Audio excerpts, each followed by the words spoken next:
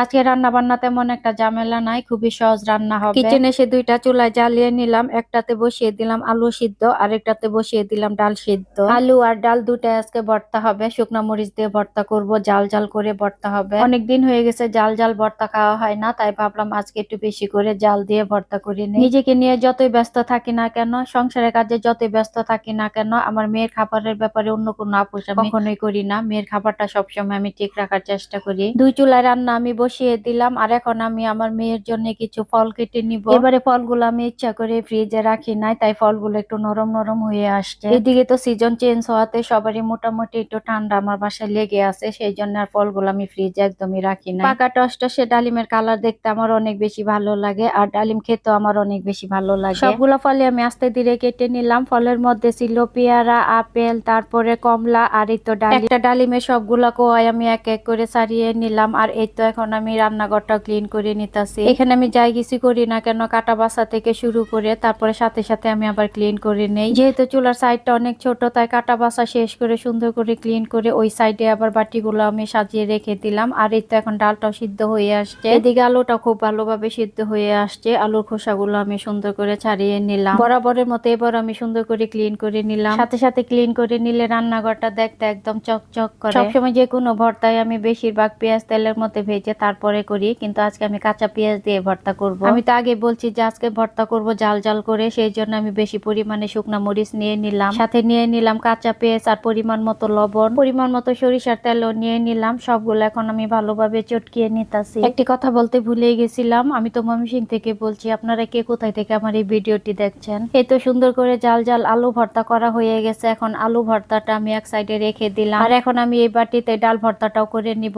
ডাল ভর্তাটা আমি সেম আলু ভর্তার মতোই করে নিব। এই ভর্তাগুলোর মধ্যে ধনিয়া পাতা দিলে খেতে অনেক বেশি ভালো লাগতো, কিন্তু আমাদের বাসায় যেহেতু ধনিয়া পাতাটা কেউ তেমন একটা ভালোবাসে না, তাই আর দিলাম না। তবে আমার অনেক প্রিয় ধনিয়া পাতা। মিমের বাবা খুবই ভর্তা প্রিয় মানুষ, সে ভর্তা খেতে অনেক বেশি ভালোবাসে। আর এদিকে তো শীতের দিন আমাদের বাসায় ভর্তাটাই বেশি করা হয়, সব ধরনের ভর্তাই আমরা করে থাকি শীতের দিন আসলে। তরকারির যে ভর্তাটা আমরা বেশি বেশি খাই। আশা করি ভিডিওটি ভালো লাগলে সবাই একটা লাইক আর ফলো দিয়ে আমার পাশেই থাকবেন। আলহামদুলিল্লাহ, আমাদের আজকে দুপুরের খাবার ডাল ভর্তা, আলু ভর্তা, সাথে হইতাছে কালকে দুপুরের গরুর মাংসের ঝোল আছে, সেটা গরম করে নিব। আর এখন মিমের আব্বু বাসায় আসার সময় হয়ে গেছে। মিমের আব্বু আসলে পরে সবাই একসাথে বসে গরম গরম খেয়ে নিব আল্লাহর নাম নিয়ে।